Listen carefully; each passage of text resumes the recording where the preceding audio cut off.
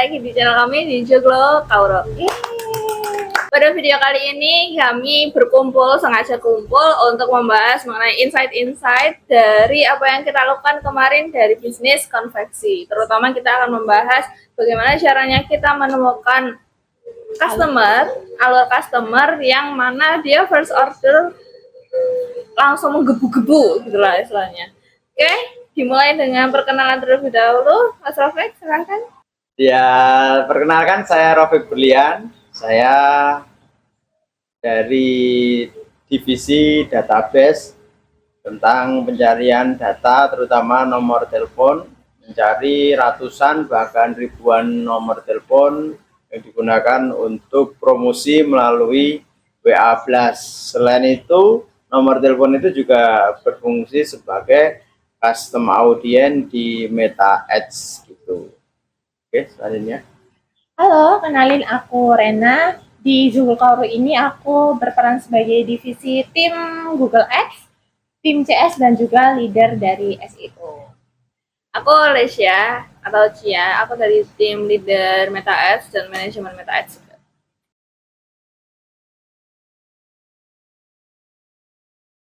Untuk insight dari database yang saya lakukan adalah Grab Data ya. Grab Data itu pencarian nomor telepon yang sangat bisa dikatakan sangat banyak sekali, tinggal bagaimana kita men-settingnya.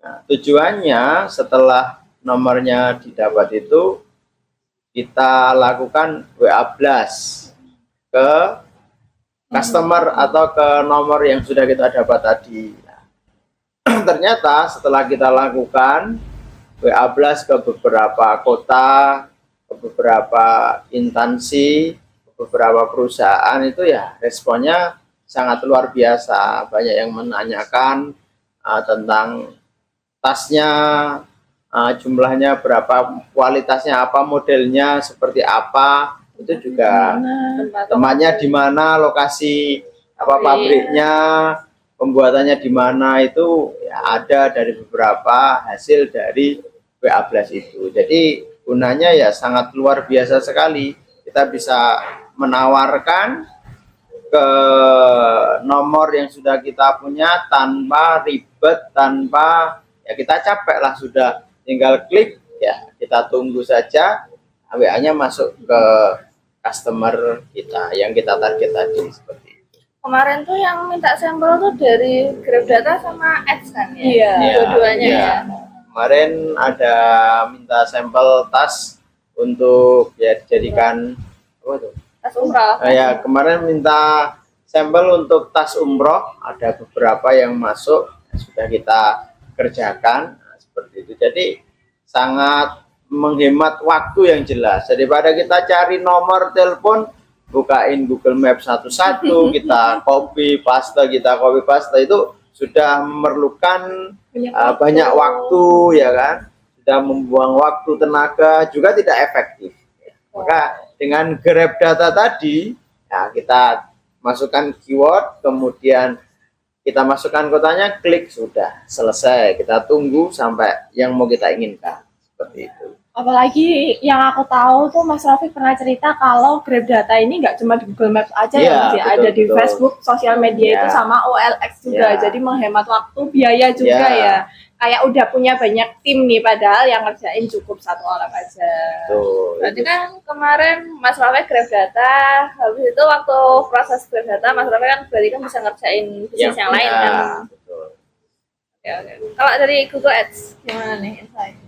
Kalau dari Google Ads kemarin, insight-nya itu kan kebetulan Google Ads ini sebagai ujung tombak juga nih, sama kayak di Grab Data. Kita itu sebagai tim yang ngumpulin data-data nanti yang akan di remarketing sama Meta Ads. Nah, dari Google Ads sendiri kemarin aku sempat melakukan beberapa riset juga, mau riset kata kunci, terus habis itu riset target market aku, sampai aku riset kompetitor aku juga, supaya aku bisa tahu tuh targetnya kompetitor sama target yang aku sasar tuh sama apa enggak, kayak gitu. Terus habis itu setelahnya ternyata setelah melakukan riset kemarin tuh cuma riset 2 kali aja sih pakai iklan penelusuran. Nah, pakai iklan penelusuran, terus habis itu datanya langsung aku rekam pakai Tag Manager dan juga pakai Pixel. Nah, dari data tersebut itu langsung dilakuin remarketing sama Meta Ads gitu. Datanya Mas Rafiq juga di remarketing pakai Meta Ads. Gitu sih.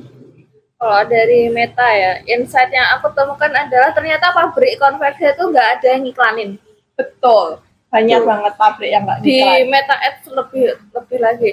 Kemarin tuh kan aku kan riset ya, aku riset kompetitor, riset riset market juga jelas. Waktu aku riset kompetitor, jujur li aku agak kesulitan tentang brand positioningnya, karena rata-rata di Meta itu nggak ada yang main terutama tas ya. Kalau kita kan fokusnya di tas ya. Nah, rata-rata kalau yang iklan konveksi itu konveksi kaos, seragam, seragam, baju, jaket, ya gitu, blazer dan kawan-kawannya. Apalagi tasnya kalau ada sih tas itu, tapi tasnya tas cewek. Sedangkan kalau kita kan tasnya lebih ke instansi, lebih ke yang lah, dipakai-pakai sehari-hari lah. Ya, yang dipakai untuk souvenir juga, seminar kit dan kawan-kawannya. Dan itu marketnya tuh sebenarnya luas, cuman memang yang main di mana digital marketing masih cukup dikit gitu kan. Dan yang aku dapetin juga dari Meta Ads konveksi ini adalah buat trust-nya tuh antara gampang sama susah. Betul. Gimana tuh? 50% gampang, 50% susah. 50% gampangnya itu kalau mereka udah teredukasi dan mereka sempat kecewa dengan vendor sebelumnya. Tapi kalau ada satu sisi susahnya itu karena kita tuh brand lama, cuman tidak ada dokumentasi produksinya. Betul. Jadi agak susahnya untuk membangun branding lagi itu agak susah sih. Gitu. Jadi kalau Anda punya bisnis konveksi, pastikan punya IG untuk ini ya, dokumentasi. Pastiin nggak cuma konveksi ya teman-teman ya. Pastiin untuk semua bisnis udah ada dokumentasi secara online-nya, karena itu juga membangun branding dari bisnis tersebut. Sama sebenarnya aku kemarin juga menemukan kesulitan di Google Ads, karena di Google Ads kan kemarin lebih ke banyaknya waktu konveksi itu ke marketplace. Nah, websitenya tuh lebih banyak website marketplace. Jadinya aku bingung nih waktu mau setting judul itu kayak gimana. Apalagi waktu aku cari-cari kompetitor, itu kompetitor banyak yang nggak ngiklan. Jadi aku harus bener-bener scroll sampai 10 halaman kemarin untuk nyari yang bener-bener sesuai sama yang aku pengen. Kalau Mas Rafi kemarin sempat ada yang telepon nggak sih? Atau bukan ya? Atau yang lain itu? Ada yang telepon kemarin yang ngangkat, tapi bukan saya, apalagi kan nomor CS-nya kemarin.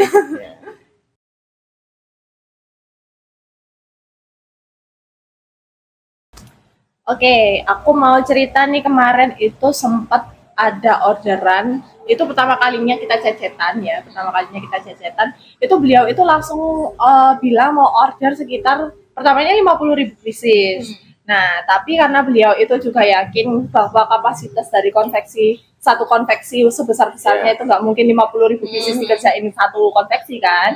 Jadi beliau itu juga cari beberapa vendor. Beliau itu kebetulan dari Jakarta yang memang sudah bekerja sama dengan instansi. Nah, beliau itu mendapatkan mandat untuk mengerjakan 50.000 pieces untuk tas umroh. Tas umrohnya itu paketan udahan. Ada koper 2 sama tas ransel. Nah, terus habis itu kemarin itu sebenarnya beliau itu masih ada keraguan untuk mau pesan di kita karena takut jaraknya kan. Kan kebetulan pabrik kita kan konveksinya ada di Gresik, di Jawa Timur. Sedangkan beliau ada di Jakarta. Karena kemarin itu sempat ada cerita bahwa beliau itu pakai konveksi yang ada di Depok, yang masih di daerah dekat-dekat Jakarta. Tapi ternyata ada kayak di logistik lah. Di logistik itu ada masalah, jadinya barangnya itu ada yang lecet, ada yang rusak.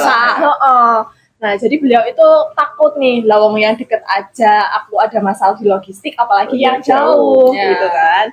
Nah, terus habis itu aku follow up sebagai CS kan ya. Ini peluang nih 50.000 pieces kan. Seenggaknya kalau emang bisa kita kerjain kan 10.000 sampai 20.000 pieces bisa kita handle kayak gitu kan. Nah, aku coba kejar, aku minta buat Zoom meeting sama beliau, Google Meet. Kemarin kebetulan juga didampingin sama tim produksi di bagian pabrik.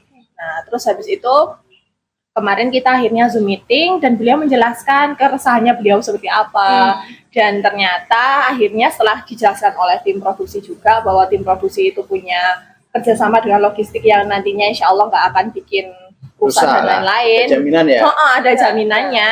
Dan bisa kalau ada yang rusak itu dari pihak pabrik mau ngasih tambahan. Nah jadinya akhirnya beliau oke sama kita, bilang nanti kalau sudah turun SK-nya akan segera menghubungi kita. Jadi kemarin itu udah selesai Zoom meeting, kita udah bikin grup WA-nya juga, udah komunikasi koordinasi juga, tinggal nunggu deal-nya itu, maksudnya produksinya itu mulai kapan. Karena kan umroh itu juga kita nggak tahu tuh waktunya kapan aja dan dibutuhnya sama instansi itu kapan aja. Jadi beliau nunggu itu aja, tinggal turun SK tunggu turun SK-nya, spesifikasinya seperti apa, karena kemarin belum sempat ngomongin spesifikasi produknya kayak apa, mulai dari ukurannya, terus habis itu bahannya yang dipakai apa, terus habis itu desainnya kayak gimana, itu masih belum diomongin. Dan ternyata kita nemuin kasus bapaknya itu bahasanya belum ada utusan turunan spesifikasi produk dari pemerintah. Jadi nunggu kan? Jadi nunggu. Tapi kita sudah menyiapkan beberapa model ataupun bahan yang diminta customer kayak apa, kita usahakan itu ada. Betul. Berarti itu kan lead matang ya? Lead matang berarti dari datanya Perfect, aku remarketing. Gitu kan kemarin. Jadi hasil Grab ya, kemudian di remarketing, masalah ke CS seperti itu. Urut ya ini berarti. Urut kita duduknya. Urut Enggak sih, sebenarnya kalau yang satunya lagi kan ini di sini. Iya, satunya lagi. Google Ads. Iya. Google Ads. Aku yang nangkep data.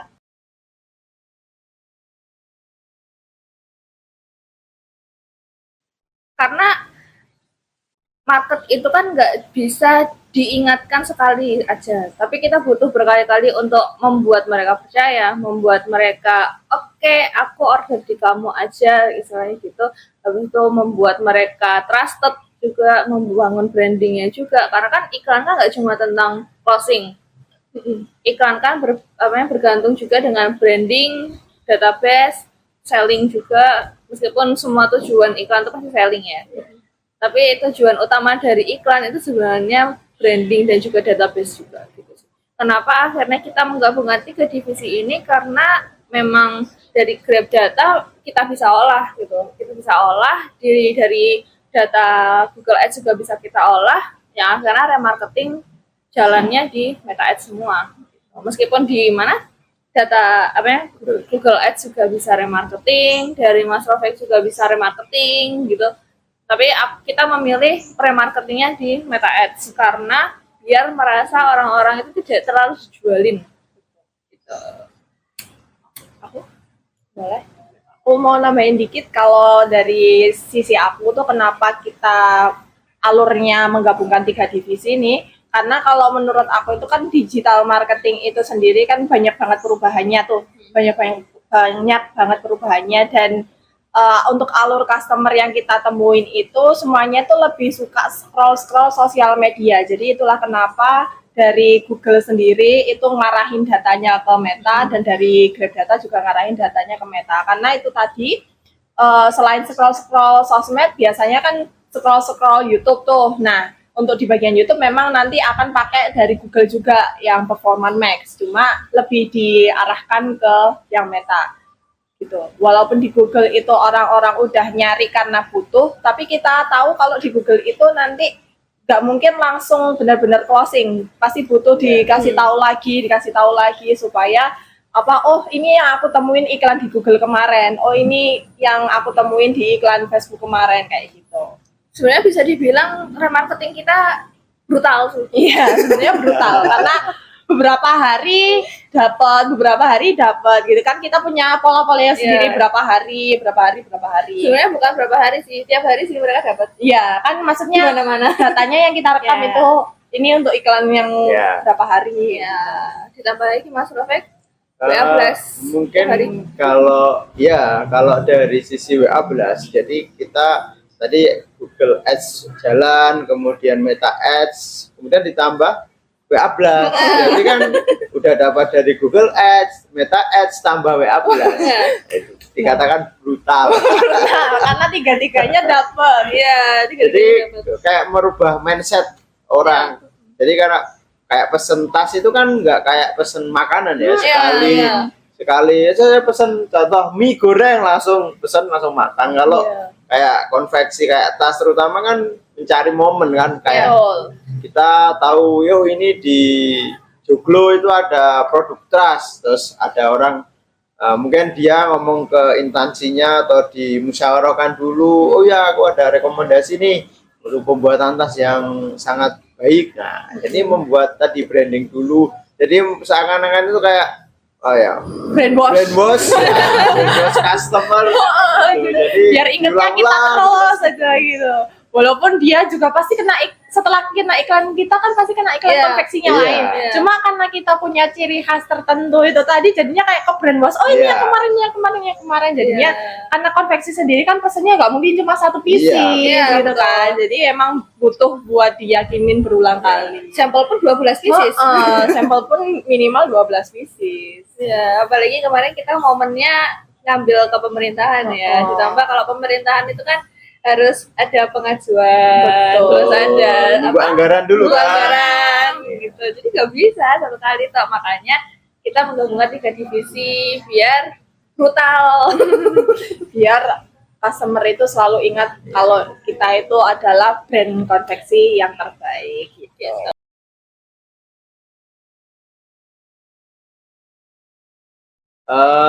Tujuannya untuk Grab Data itu salah satunya ya kita mencari database tentang nomor telepon. Kan kemarin kita memang sasaran atau target utamanya itu mentarget bukan ke person sih. Sebenarnya kita lebih mentarget ke beberapa perusahaan. Salah satunya tentang perusahaan umroh atau travel umroh dan haji. Karena apa? Karena kita tahu potensi mereka itu kalau pesen nggak mungkin cuma 12. Ya. Jadi kita skala besar, kita partai besar. Nggak mungkin ada perusahaan umroh kok cuma saya pesen 12 aja. 12 itu sampel. Beda kalau kita ke perorangan katakanlah targetnya RT. Satu RT itu berapa sih? Ya mungkin 50 itu kan udah banyak. Tapi kalau umroh kan biasanya stok. Mereka saya mau produksi, saya butuh tas umroh ini untuk ya travel saya pasti bisa ratusan bahkan ribuan.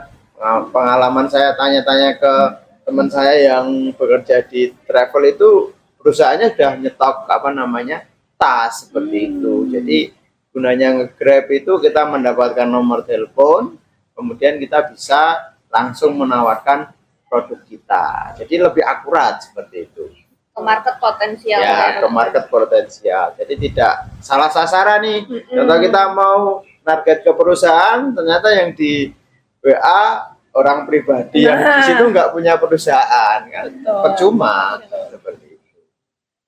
Kalau kemarin kan di Grab Data juga nggak cuma dapat nomor telepon kan, kemarin juga ada emailnya juga, ada website juga gitu. Jadi kalau seumpamanya dari WA Blast itu tadi nggak masuk ke WA-nya si owner, bisa kita email marketing ya Mas ya? Email marketing juga bisa. Atau kadang kalau dari hasil Grab itu berupa nomor telepon, bukan WA, nah, kita cari di webnya. Sekarang kan nggak mungkin nggak ada WA-nya kan, pasti di webnya. Di webnya itu pasti ada WA-nya. Jadi kita cari di webnya itu, kita ambil nomor WA-nya, kita masukkan itu Blast kita tadi. Jadi seperti itu. Jadi manfaat banget untuk mencari data melalui Grab data Google Maps itu. Kemarin yang kuliah juga bukan hanya adminnya ya, tapi langsung ke ownernya berapa ya? Ke ownernya seperti itu. Jadi ya sangat potensi. Jadi bagi teman-teman yang besok memerlukan data, nggak usah khawatir, hubungi kita. Promosi dikit kita. Data apapun ya, butuh mungkin selain konveksi, mungkin tentang jual beli, mungkin ada jual beli apa ya?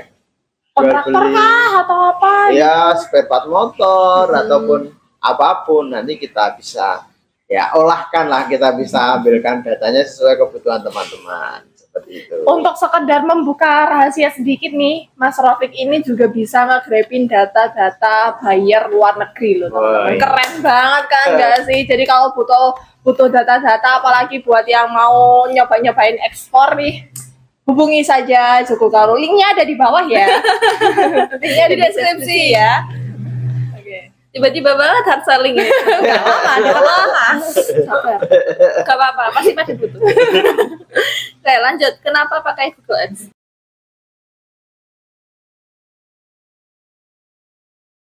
Kenapa pakai Google Ads? Seperti yang tadi udah aku jelasin, karena Google Ads itu sama kayak di bagian Grab Data, itu merupakan ujung tombaknya buat cari targetnya itu yang tepat kayak gimana. Karena di Google Ads kan sebenarnya mirip-mirip kayak di Meta. Kita bisa nentuin demografinya seperti apa, usianya seperti apa, tapi berdasarkan kata kunci kayak gitu. Jadi kenapa pakai Google Ads? Karena aku pengen mendapatkan data-data yang potensial tadi supaya bisa di remarketing pakai Meta Ads kayak gitu. Kalau Google Ads kemarin itu kan juga kita nargetin riset keyword ya. Betul, pakai riset keyword. Kemarin itu untuk keyword-keywordnya yang aku riset itu pertama pasti yang buying keyword ya, karena kalau cuma education keyword kan pasti orang-orang yang ngeklik itu cuma pengen diedukasi dan pengen tahu apa sih konveksi itu. Nah, tapi kalau buying keyword itu berarti orang-orang yang emang udah benar-benar butuh sama konveksi itu tadi. Terus sama biasanya aku juga ngecekin skor-skor keywordnya seperti apa, karena skor keyword itu juga berpengaruh buat gimana posisi aku iklannya aku itu kayak gitu. Apalagi buat performance max ya, performance max itu butuh banget yang namanya skornya itu tadi sama lebih ke ads kreatifnya. Kemarin aku dengar-dengar kalau Google Ads itu ada tools baru bisa lihat apa namanya orang-orang yang mengunjungi ke websitenya kompetitor. Ya, betul. Jadi, Kalau gimana kemarin itu aku nemuinnya sebenarnya itu nggak baru-baru banget, cuma kayaknya emang nggak banyak orang yang tahu. Sebenarnya itu caranya tinggal kita salin linknya aja. Nah, terus kita bisa custom audience, orang-orang yang mengunjungi website kompetitor itu tadi langsung bisa kita targetkan pakai Performance Max. berarti orang-orang yang nonton ke website kompetitor bisa nonton juga website kita. Iya, nonton nanti iklannya itu nanti tergantung sama dia lagi buka apa kayak gitu. Karena kan Performance Max itu nanti dia bakal ditayangkan ke display networknya Google. Contohnya kayak Google Maps, Google Maps juga, terus Gmail, terus sama mungkin aplikasi-aplikasi sama di YouTube. Nah, nanti tergantung sama orangnya atau audiens kita itu lagi buka yang mana kayak.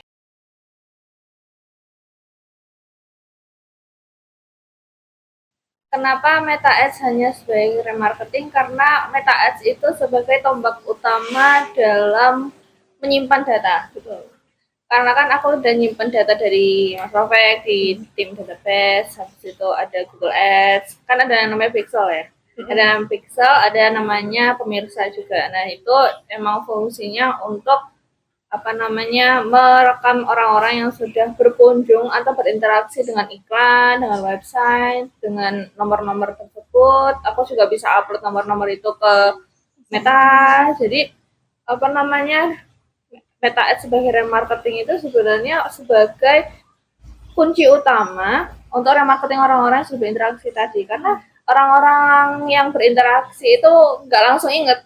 Ya kan nggak mungkin tuh orang-orang yang sudah tahu brand kita tapi kan langsung inget dalam sekali nonton, kan nggak mungkin. Kayak kita lewat di jalan gitu kan nggak mungkin langsung inget di jalan itu ada bakso, ada olive gitu kan nggak mungkin. Nah, makanya kita pakai remarketing Meta Ads itu sebagai salah satu biar kita muncul terus-menerus. Makanya tadi kita bilang brutal.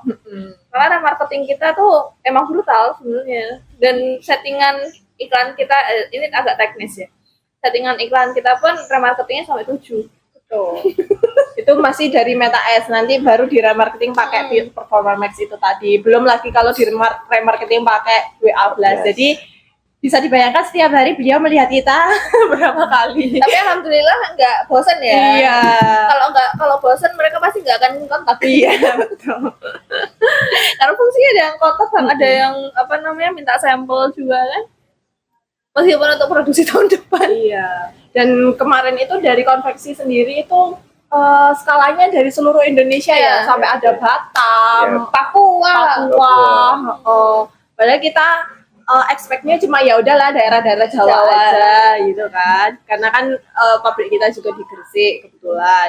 Walaupun ada sub-pabriknya di tempat yang Bandung. lain di Bandung, cuma kan kita nggak expect bakal di luar Jawa, Jawa. gitu, apalagi sampai ke Papua sama Iya. Batam. Mungkin juga bisa dari data Grab. Jadi kan Betul. kadang di perusahaan umroh kadang cabangnya di Jakarta, kantor pusatnya di Makassar, Betul. di Papua kan seperti itu. Jadi kadang ya bisa, makanya tadi ada orderan yang ada yang menanyakan dari Papua, ada yang dari Kalimantan. Batam, Kalimantan seperti itu. Kemarin ada juga yang dari Sulawesi, Padang, Ya. Padang, dari Padang.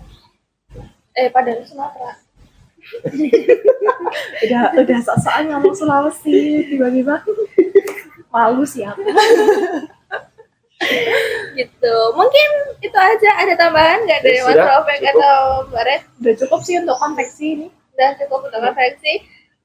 Kayaknya itu aja sih yang mau kita bahas di podcast kali ini. Sebenarnya ini bukan podcast ya. Ini lebih ke kita Tanya jawab. dan cerita-cerita aja kita. Yakin gitu.